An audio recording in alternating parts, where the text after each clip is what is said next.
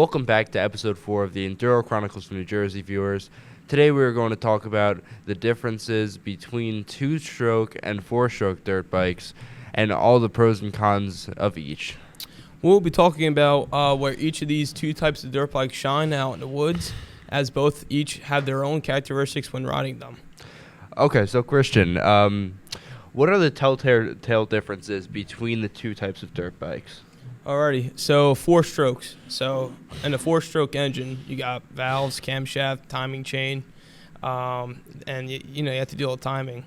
So now they both ride completely differently. In a two-stroke, you just got your crankshaft and you just got the piston, pretty much. That's pretty much it. And like the way each of the bikes ride, like two strokes, like the power is just like instant. Like you just crack the throttle and like the front, of course the front wheel will pick up on either a two-stroke or a four-stroke. But the power, it's quite hard to explain, but the power band in a two-stroke is a lot different than the four-stroke because it doesn't track there up as much as like a four-stroke would. So like the power is you just have to ride in the top end a lot on them, especially the smaller bore two-strokes. Yeah, that's intriguing. So Christian, in your opinion, which type is easier to rebuild the engines on? So now, definitely a two-stroke. Like as I was saying before, like a four-stroke, you're dealing with valves, camshaft, and timing chain. You have to time the engines in order to get them all right, so everything works in the proper sequence, or else the engine won't run right. And on a two-stroke, it's just a lot easier because like you're just dealing with your crankshaft and your piston, so there's no timing. They're more forgiving than a four-stroke. Like if a four-stroke would blow up, like you're into like at least $400 or $500 to get it fixed. Whereas like a two-stroke, parts are a lot cheaper and they're more forgiving. And that's just what's great about them. Four-strokes are also great, but they're each great in their own way. Yeah, the tip's definitely gonna help a lot of people save money on rebuilding the engines. So Christian, the maintenance of each of these bikes and the reliability, what do you think about them?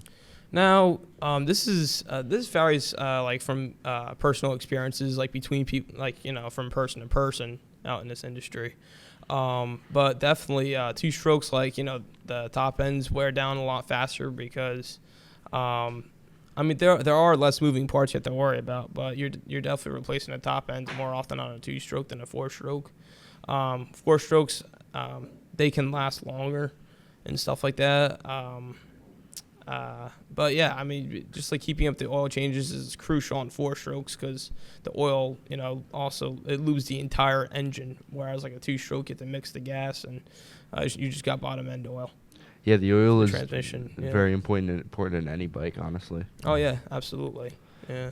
So what's the biggest thing everyone watching this who wants to buy one of these bikes wants to know? What's the price differential in between these two? They roughly cost the same amount if you were to buy each. Like just any dirt bike, and like it depends on the condition mainly. Like if you want one that's like non-running and not in very good condition, needs a lot of work, like you could probably spend between like $500 to like $1,500 for one that's in decent shape.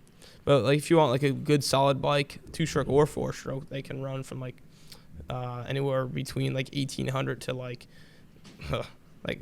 they can go very expensive, like $10,000 or $8,000, like depending on like how new the bike is and the technology that's built into it. Yeah. So Christian, when it comes to your personal experiences with dirt bikes, we got to get the expert's opinion here. Which one of these bikes do you prefer, the two-stroke or the four-stroke? All right, now I own both a two-stroke and a four-stroke. Now they're both great in their own way. I love both of them. They're great bikes.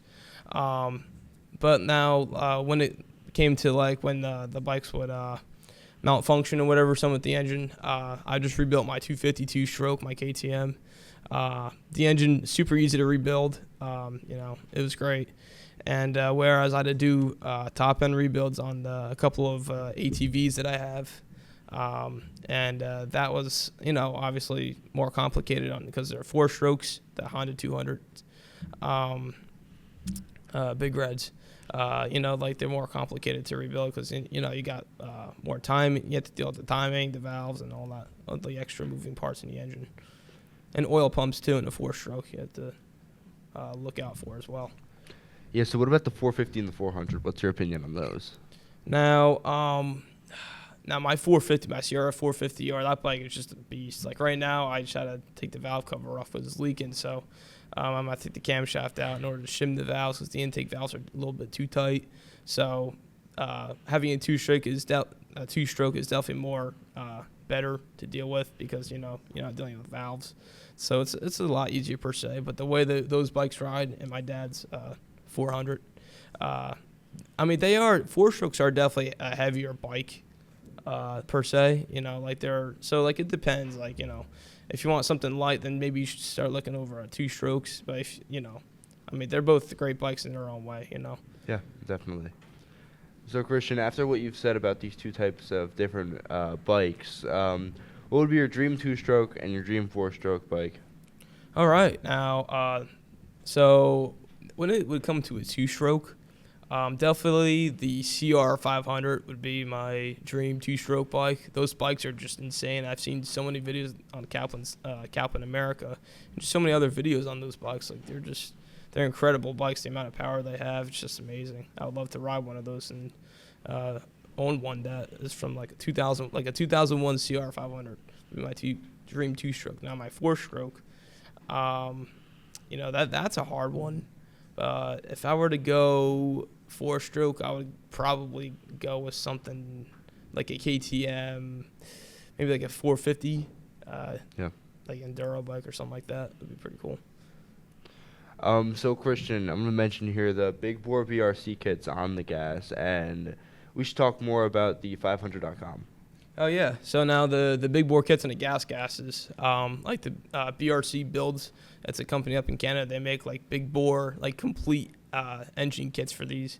And, it comes with, crankcases, a big bore 500 cylinder. It's just pretty amazing what you could do with these bikes. And Built500.com I mentioned in the last episode about the famous YouTubers. Now, Built500, they just completely build CR500s, aluminum frames, and they just completely build them up and make them they build them with all new technology, and the suspension is just incredible on them. It's like riding a new bike, but it's a CR500. Yeah, it's awesome, man. All right, viewers. Well, thank you so much for tuning into episode 4 of the Enduro Chronicles of New Jersey. Hopefully, you all have gotten a good perspective of the differences between the two dirt bikes and how you can tie the characteristics of each bike for riding types around you and what would fit the best. All right, yeah. Thank you all for tuning in, and see you next time.